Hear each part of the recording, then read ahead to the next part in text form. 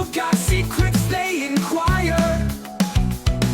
Or giant strong families hard to inspire. Decisive paths forging all through the mire. Echoes of mountains, whispers of past. Misfits united, alliance to outlast. Truth and tradition, shadows they cast. Onward they march in fate's harrowing blast.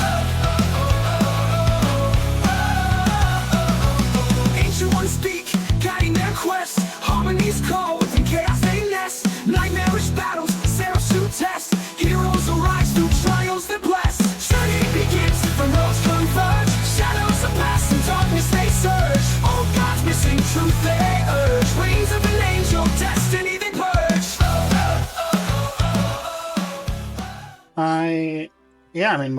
Welcome to first episode of Daggerheart and Cernos. My little world, still a work in progress. The untamed lands of Xenith stretch out before you, a place of raw elemental power where the wind howls and earth groans beneath your feet. The very air feels alive, humming with hints of a song just out of the range of hearing. It's a harsh land, yet the people here are even harder. Survivors who have learned to forge their own way, living in delicate balance with the wild forces that shape their world. The day has been long, the sun blazing overhead as you push onwards, determined to reach Thistledome before nightfall.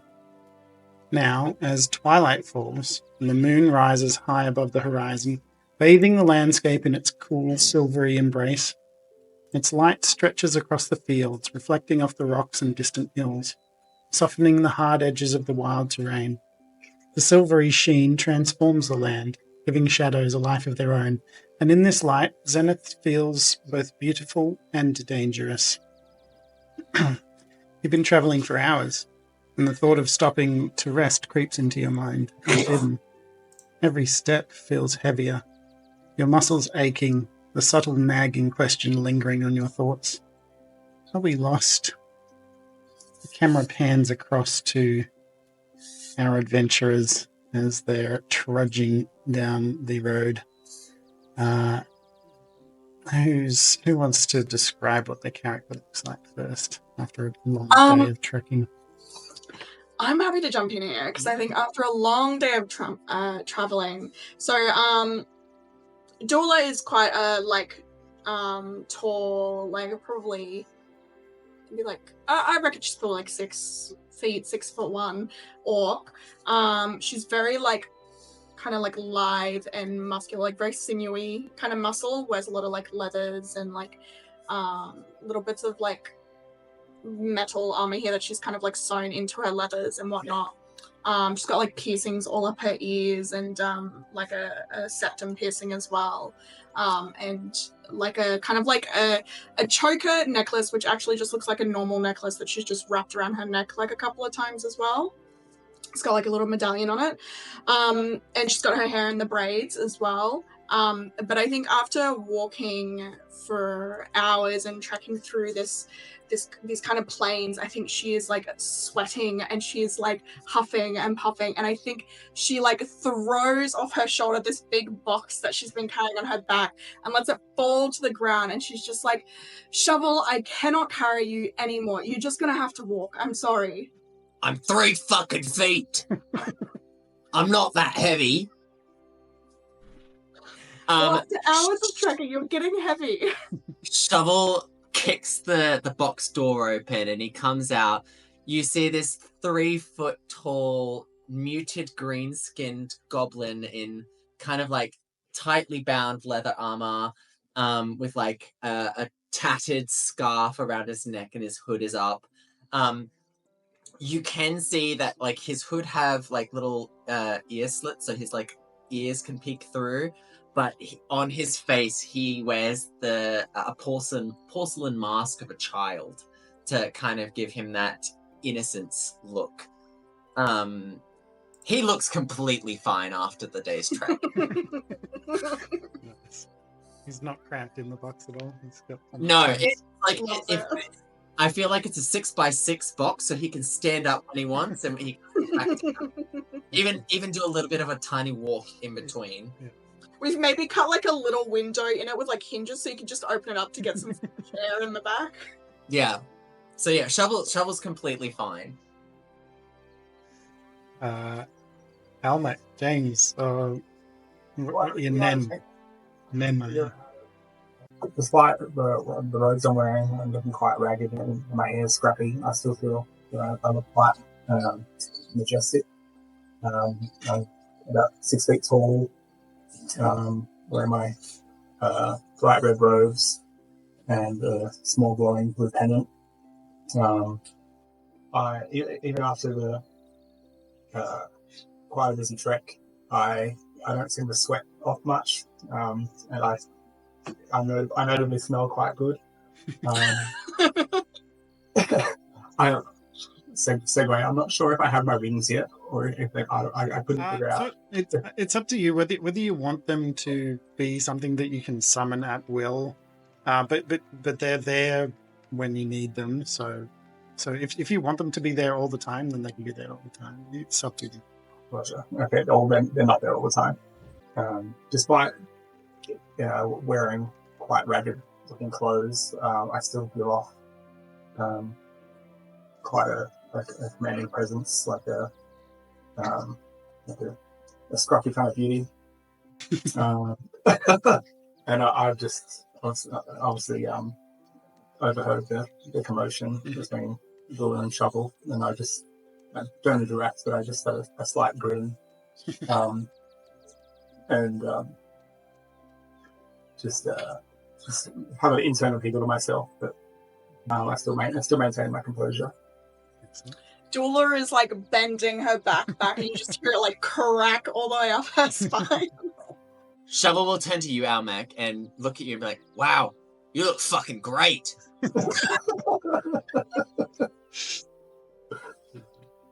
I give Shovel a smile of the week, and You should be more like him.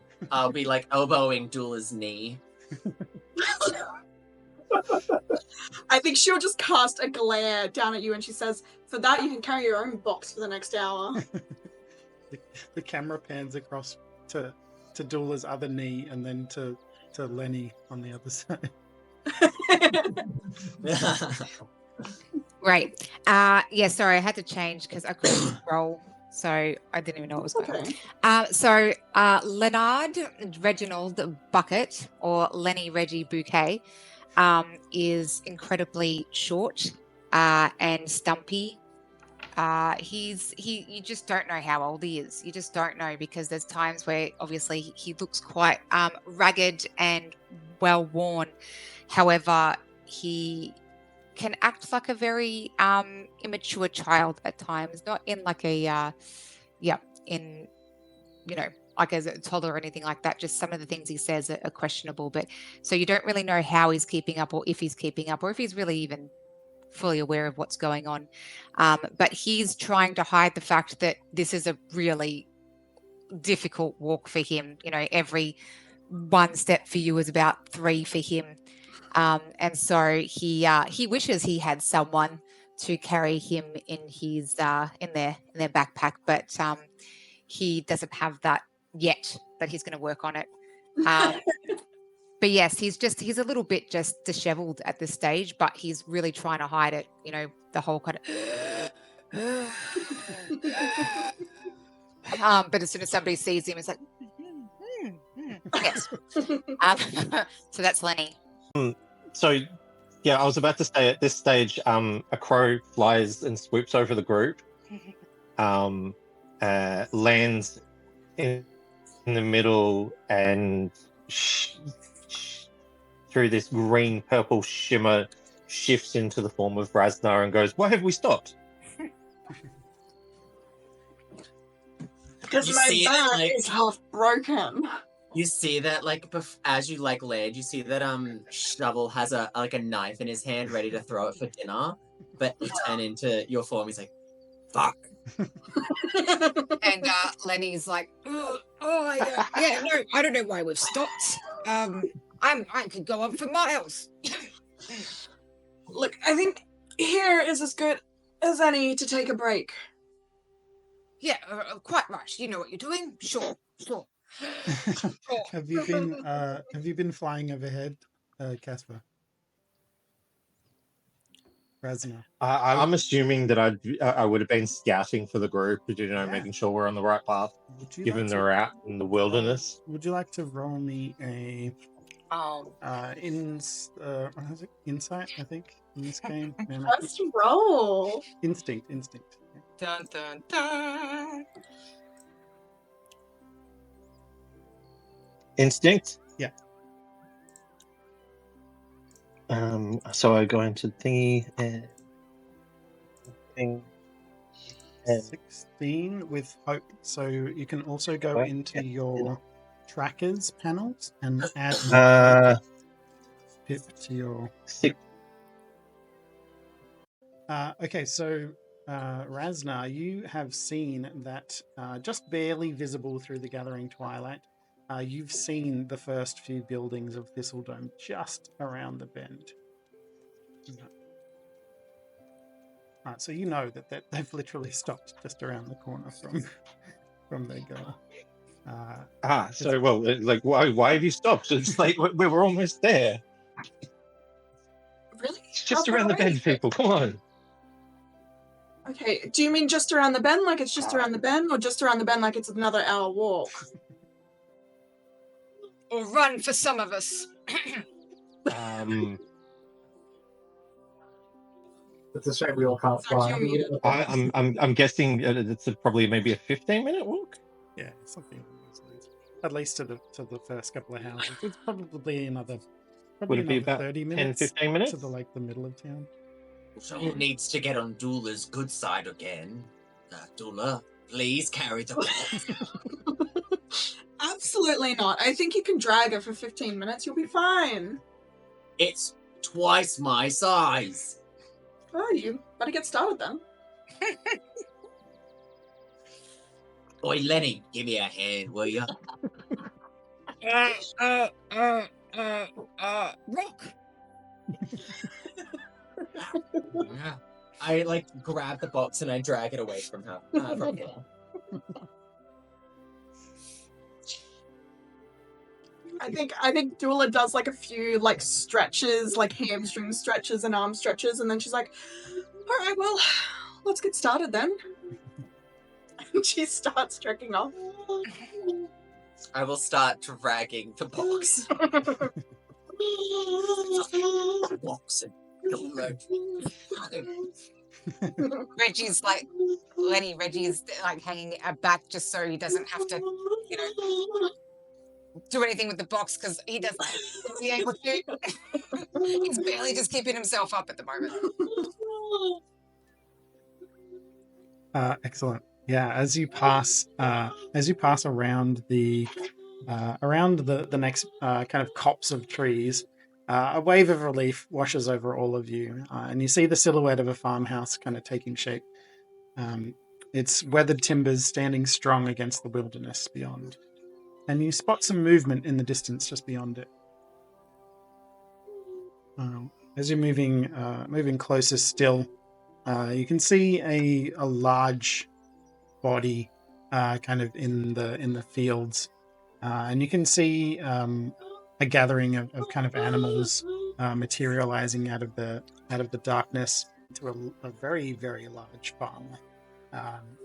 Standing full stretch, he must be at least 18 feet tall, but as he is, he's kind of hunched over with his arms stretched out, manually herding a group of sheep and cows into a barn, just with the massive girth of his kind of outstretched arms. He sees you kind of approaching, and turns with a big hearty grin. Gives you all a big kind of wave. "Evening, travellers. If you hurry, there might be some dinner left at the tavern to fill your hungry bellies." He chuckles. What the fuck are you? Not you. Yes, you're very, very large. Oh, I'm a giant. Haven't you seen a giant before? Everyone's No. a giant to me. Yeah, look at this one. And I point at Almec. Speaking of food, we could do with some of that. With a very patronizing tone, he says, oh, yes, he's a very big giant, isn't he? What's that supposed to mean? I think it means it's a very big giant. Well, yeah, you're right. Well, I, for one, would love a nice hot meal. I am starving. My name is Dula, by the way, and these are my companions. Welcome, Zula and companions. My name's Alden. Just head on through the palisade there and tell them Alden sent you. That should earn you a drink with your supper. Yeah, I think I'll head on through. Thank you. Hey, big man. Are you heading there as well? Oh no, I got to put the cows and the sheep to bed, and then I'll probably run along myself. It's been a long day. Dang it. He's so Fucking cute. box. And I think Shovel kicks it. He says, "Oh, that's a nice box. Don't kick it." I lean over and whisper in Shovel's ear. Maybe if you whisper to him, like maybe if you ask him nicely, he can launch it a few blocks down. Shovel, just letting you know that meant that it's a nice box. I know it's a nice box. I know, I just I don't know. want to carry it. Oh, okay. No, I was just saying because before you didn't know what he said, so I was just trying to make sure that you weren't confused. Well, thank you, tall person. You're most welcome, little child. Like Shovel looks up at him. He looks like a child, but like the eyes are just angry, but the face is neutral. Oh. Like a fucking child. He's got some manners to learn there, doesn't he? Oh. He kind of just trundles off. This big kind of goofy form. Kind of whistling and clucking to his animals as he kind of herds them into the barn. You can see the kind of log palisade marking the entrance to the proper kind of town, just in front of you. Yeah, I think Shovel will just continue dragging the box in the direction of the town. How do we? What was the name of the town that we're heading into again? How do we spell it? Oh, that's right. Yes, I remember now. This'll do me.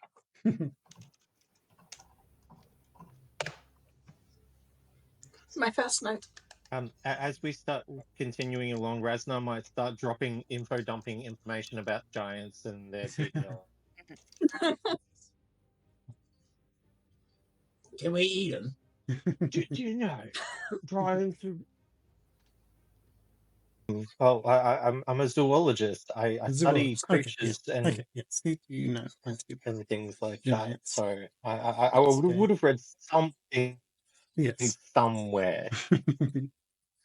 absolutely. I'm assuming, Yes. So unless of course the information I share is completely inaccurate. We won't know. It's fine. So we can't eat the big folk. It's 11.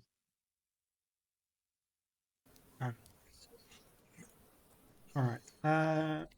So you make your way into town. It's a quaint kind of. I mean, from the appearance, like walking through the streets, it's like a fishing village mostly. You can see some boats kind of leaned up against buildings. You can see nets and you can see drying racks with fish on them as you're moving through the streets. There seems to be a predominant kind of feature of this town.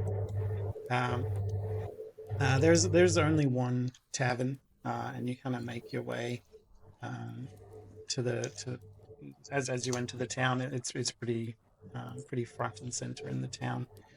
You get to the town square, and then there's a big kind of inviting tavern.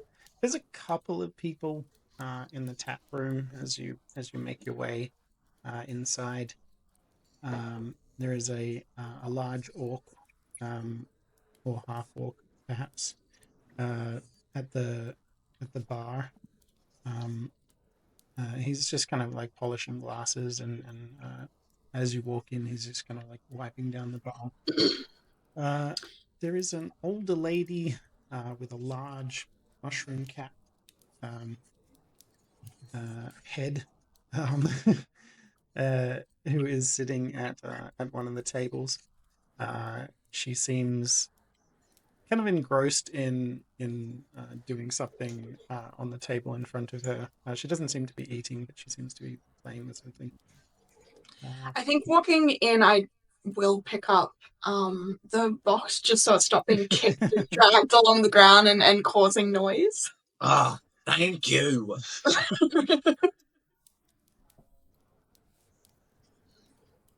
Yeah, you step inside the tavern. There's a gentle fire kind of burning, and you can smell the intoxicating smells of a fresh and hearty kind of stew bubbling away. And then there's unfortunately, if you don't like fish, it does smell very fishy related. Fish adjacent. Oh, it's been so long since I've had fish. Too bad it's cooked. Haven't you ever tried cooked fish? I have. Prefer it raw and jiggling.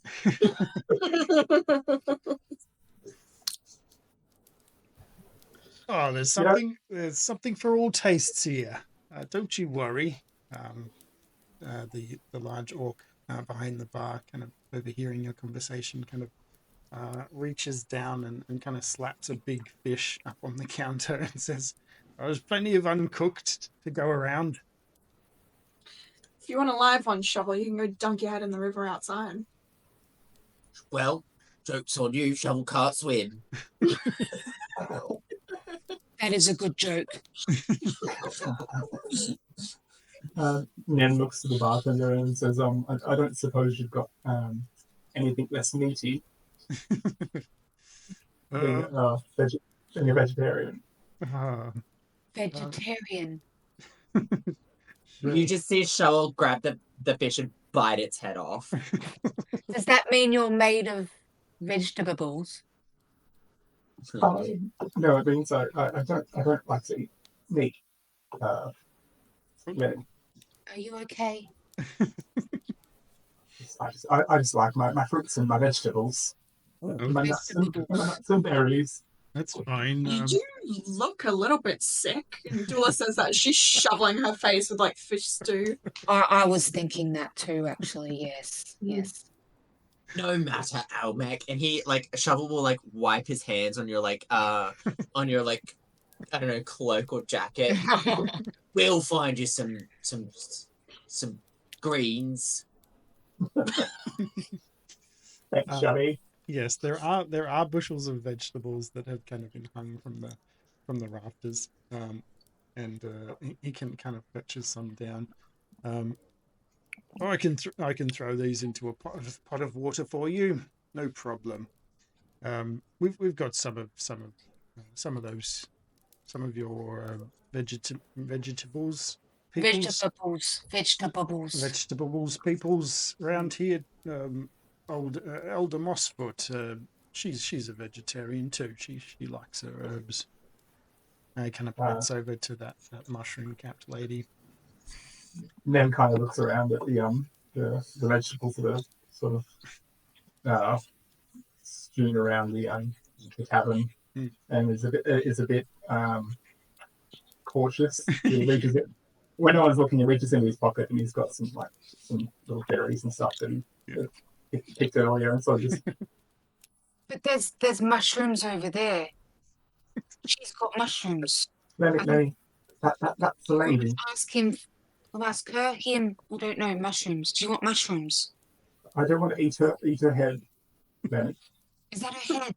that's a head. Yeah. Oh, okay. Don't, You don't don't want to stare. eat her head.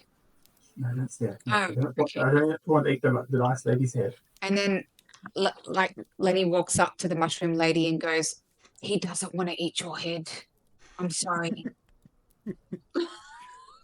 Oh, no, that's quite all right. I quite fancy my head.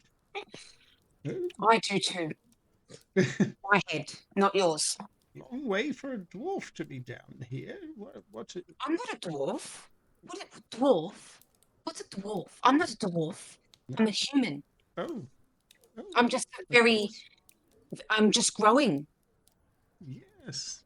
Yes. Yes. Yes. That Okay. means yes. Has anybody ever told you that you might be a dwarf? No, No. not ever. Not even now. It's very confusing. But I wish you the best of luck then For what? in your journey. Where are you going? I'm following them. Where I'm are they companion going? number 3. My second bowl of fish stew. I imagine that Shovel's like come over seeing Lenny struggle with this struggle. Like pieces of meat falling from Shovel's mouth. We're heading to some Thistledome town. Oh, you've made it then. This is the end of your journey.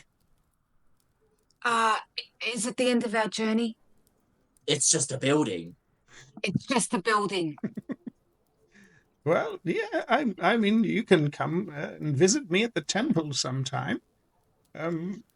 We have quite a productive little town here. We're all settlers from the Suncrest Kingdom, and we've come out here to try and make our way against the elements.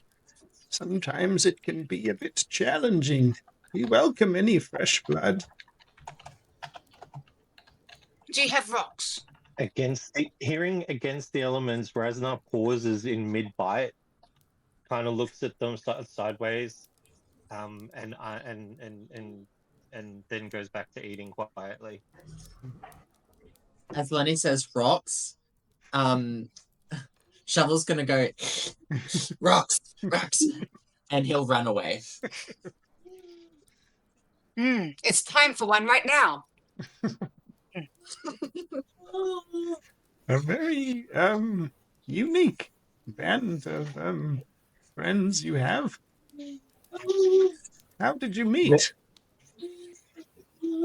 Meat. He doesn't eat meat. He only eats vegetables.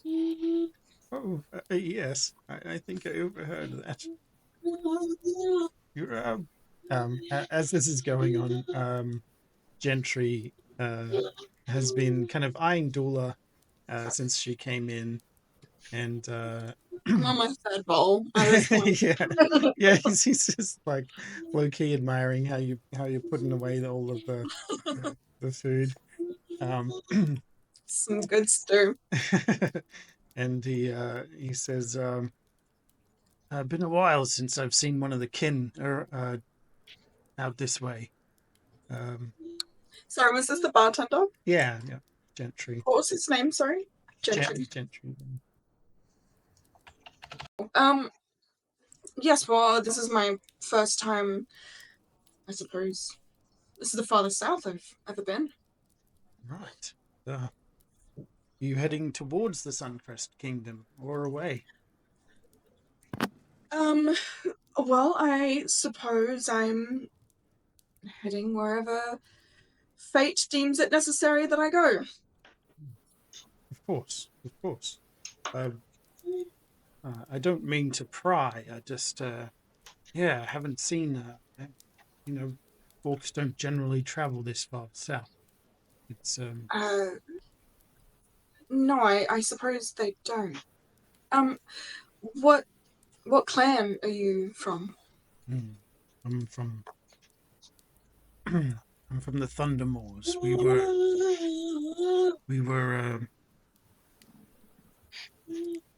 were a strong clan in our day, but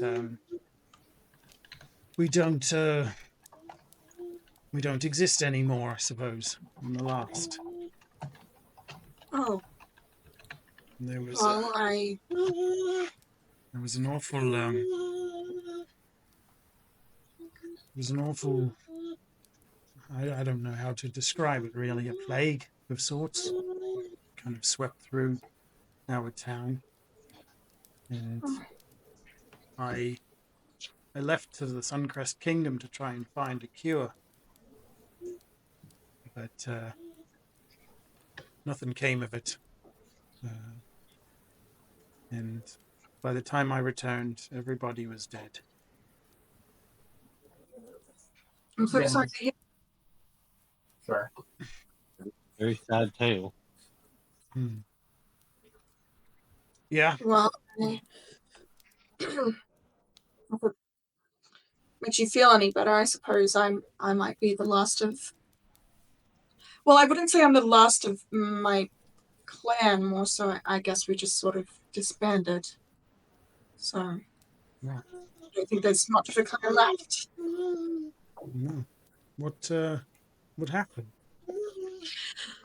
Oh, lots of things. There was we got raided at one point by the Galak clan. I don't know if you ever heard of them. No, they were neighbors of ours.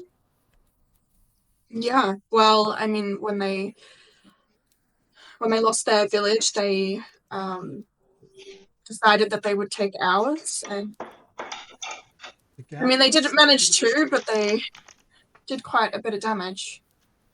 It troubles me to hear that the Gallic also lost their village.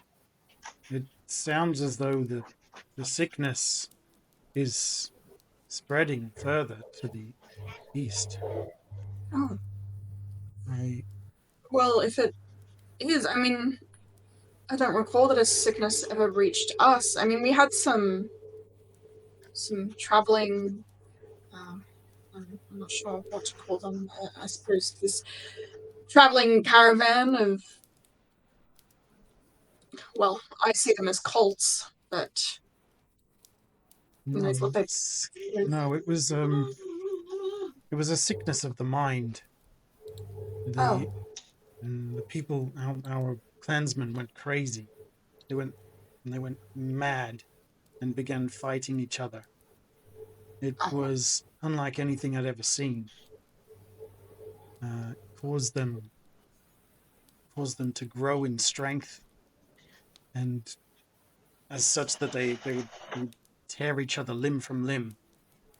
It was chaos and madness. It just swept through our town like I call it like a plague, but I just don't know what it was really. that's so. But the Gallic were a peaceful people. Madness. We had many dealings with the Gallic. We we traded with them often. They were not fighters. They were not thieves. They would not come to steal your land unless there was a good reason for it. You think then that they were ailed by this plague and that pushed them to. That is how it sounds, and that is troubling news indeed. While I was in the Suncrest Kingdom, I came across a young artificer by the name of Carix, who was he was he was working for the king at the time. He seemed to know something about the sickness, and though I pressed him for answers, he was too busy with work for the king, and he never could spare me the time. And unfortunately, he ran into some trouble. He he ended up killing a lot of people and getting exiled from the kingdom. I believe that with his particular skill set, he could have created the plague. I don't know, but he knew more than he was telling. That's for certain. I was trying to find answers, but he got exiled from the kingdom, and I was never able to find him again. If you could track down Karix, you may get some answers as to what's going on. Well, I suppose I don't have much direction. Are Since there any reports elsewhere of this plague? It would be fairly common knowledge to anyone who has had dealings with the Sunquest Kingdom, who Karix is at least. He was a very notable artificer that was kind of responsible for a lot of change within the kingdom, a lot of positive change within the kingdom. But then he was involved in an enormous explosion that destroyed the capital city of the Sunquest Kingdom, and spread a pretty notable kind of. I guess the most you would know is that there was a major disaster. There was a major explosion. Capital city got destroyed, and he was the one who was blamed for it all. He was then exiled, ceremonially exiled from the kingdom, although they never found him after the explosion, so he may well be dead.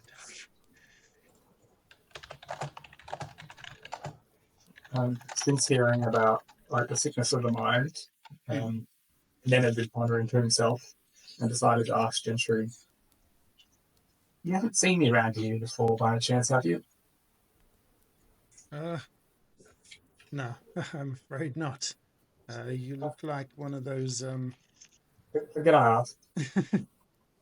I mean, not around here, lad, but he's looking at you like curiously now, and kind of cocks his head to the side. Nice. Them kind of just look disappointed for a second before going back to sort of calm and passive looking. Mm-hmm. He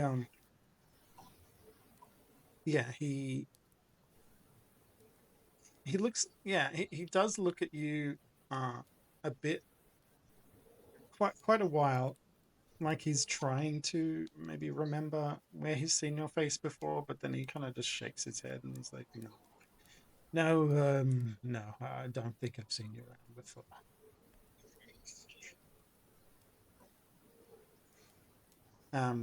Lenny, what are you still talking to this older Mossfoot lady? Oh, I can't hear you. You're on mute. I asked her whether she had any rocks at home, and then the conversation went somewhere else. So I'm just sitting there, just waiting for her to respond. Yeah. Fair enough. Yes, I suppose we have a nice rock garden at the temple. Maybe you could come and see it. We have a shrine to the earth god Ouroboros.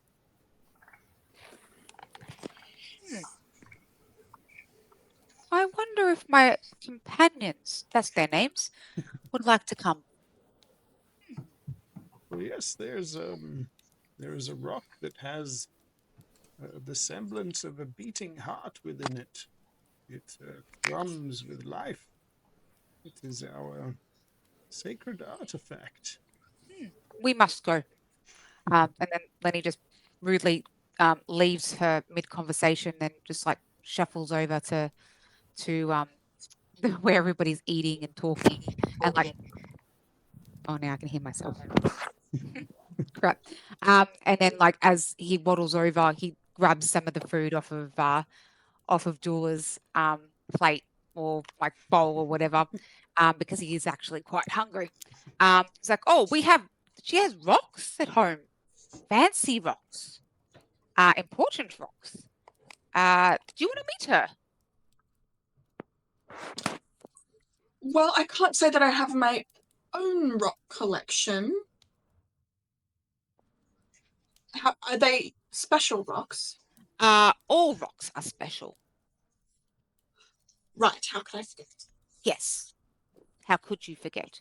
But we don't need to talk about that right now. We need to talk about rocks. And there is a special rock. They're all special, but this one's very special. But she seems like a nice lady too.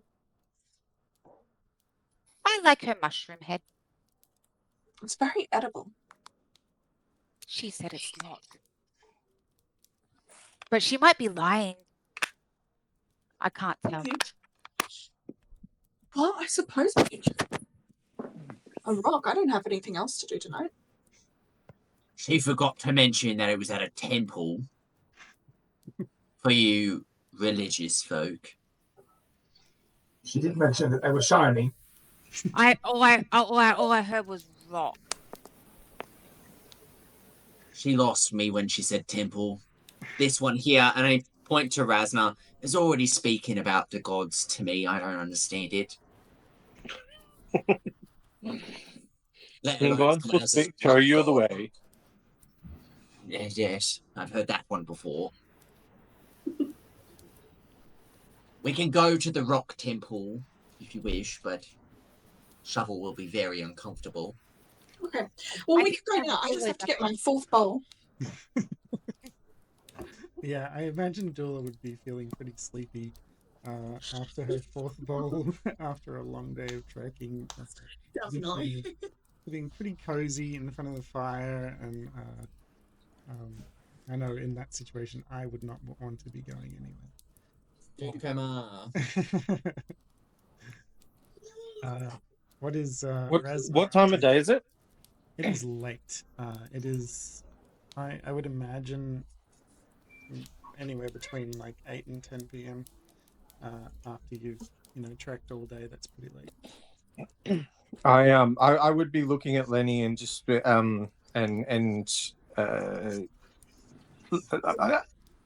Lenny, I think that maybe we should wait until the morning to go visit this rock that you're curious to see.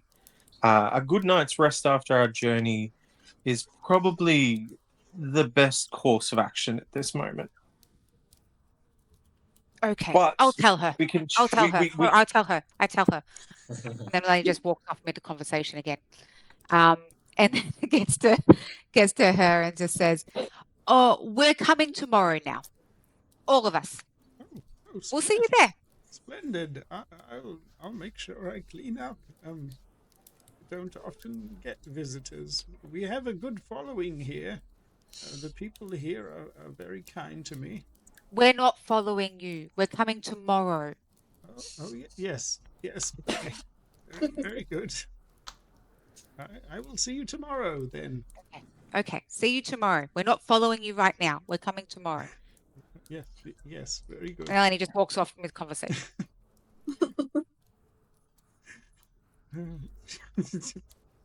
The rest of you just sitting there like staring at Lenny's back with a very confused expression.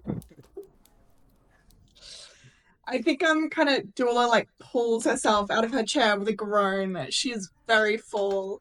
And she like kind of hoists the box up onto her shoulder and she's like, oh, all right, Shovel, let's turn in for the night.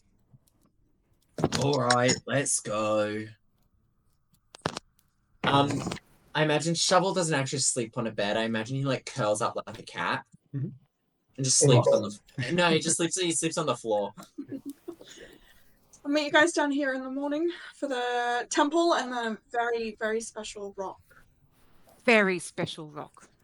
Dula, you got the box, right? Yes, I've got the box. Thank you. Yeah, then looks at all the leftover food that's all scattered around the table, slightly feeling a bit icky. and quite hungry still.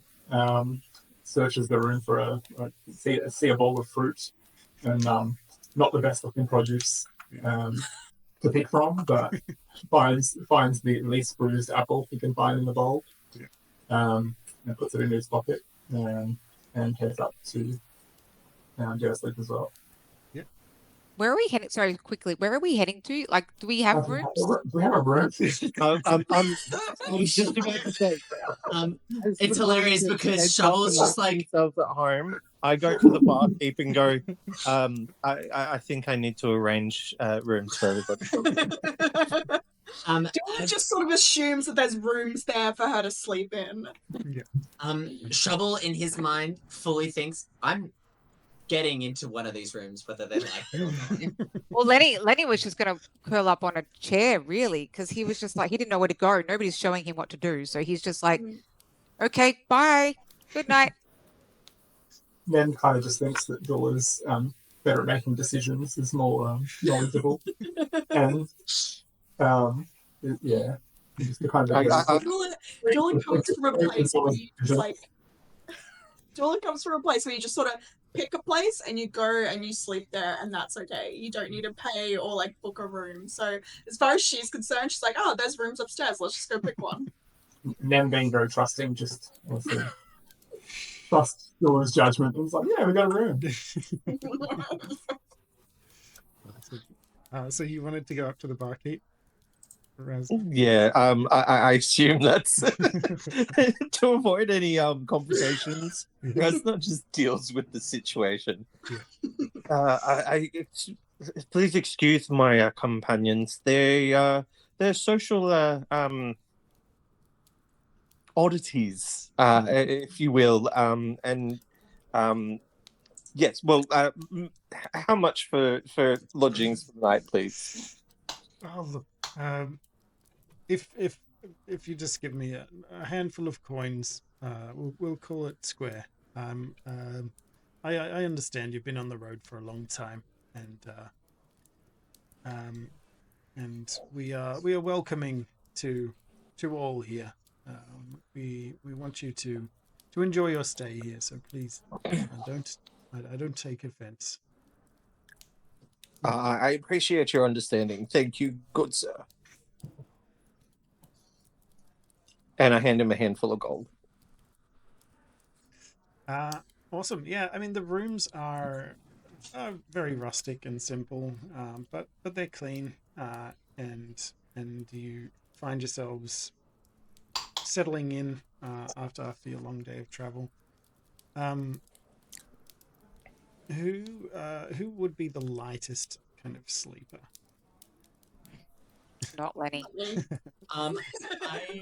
I imagine that when Shovel sleeps, he is like a cat. So the slightest noise will kind of like bring him to consciousness, but he'll fall back asleep pretty quickly. Yeah. Dula is like snoring as soon as her head hits the pillow. She's out like a light. If I can't sleep properly in real life, then Lenny gets good sleep every night. I live vicariously through Lenny. Yeah. Is Lenny still sitting just in a chair waiting? Yeah, he's just waiting to be told. Yeah, absolutely. Okay. He's got no idea what's going on, but he's okay. Yeah. Like Raznar walks up and he's very, very hissing. Raznar has a very hissy kind of tone to his voice. He's just like, "Come, my short friend," with his very, very tongue-heavy, snake-like reptilian voice, and it's like, "Come, my short friends. Let's retire for the night." Short human friend. We've got a rock tomorrow. Let's go! And he's so excited that someone is showing him what to do because he just doesn't know. Yep. But yeah, to answer the question, I do sleep lightly in case I need wrong. Someone needs to. I was also going to say, Nen isn't a great sleeper. He's prone to having like nightmares, but doesn't recall any of the nightmares after waking up. No, right. Okay, so in that case, Shovel, you will be having great difficulty getting to sleep. Great. You can hear horrible. You can hear the snores of your companions in the other rooms before long. but it's not. It's not the uncomfortable nature of the floor. It's not the sounds of, gentry cleaning up downstairs. It's not the sounds of Dula snoring. It's how bright the room is, and it's the silvery light from the moon that you'd kind of seen coating the world outside has gotten brighter, and it's almost like daytime outside, and it's really starting to annoy you. What? Something annoys Shovel? So uncharacteristic. I think he'll look at the moon and be like, "What the fuck?" And he'll go over the window. Is there a curtain? Yes, there would be a curtain. The fuck out of here! Get the fuck out of here. Looking out at the moon, you have never noticed just how big the moon is, and it's really big tonight. Like, this is beyond a full moon. So there are 3 moons in the Cernos sky. There's like a pale white one, and then there's an orangish one, and then there's a red one, which is the smallest one in the distance. The pale face of the big white moon is so big in the sky that when you've kind of reached out for the curtain to kind of draw it shut, and you're like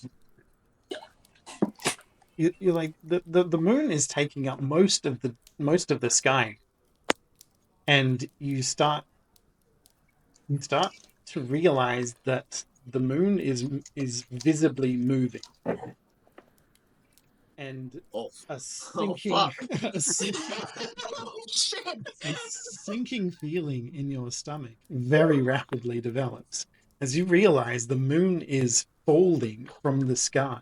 It's obviously a long way away, but it is falling from the sky, and the world is getting brighter and brighter as the moon face is just encompassing so much of the sky right now.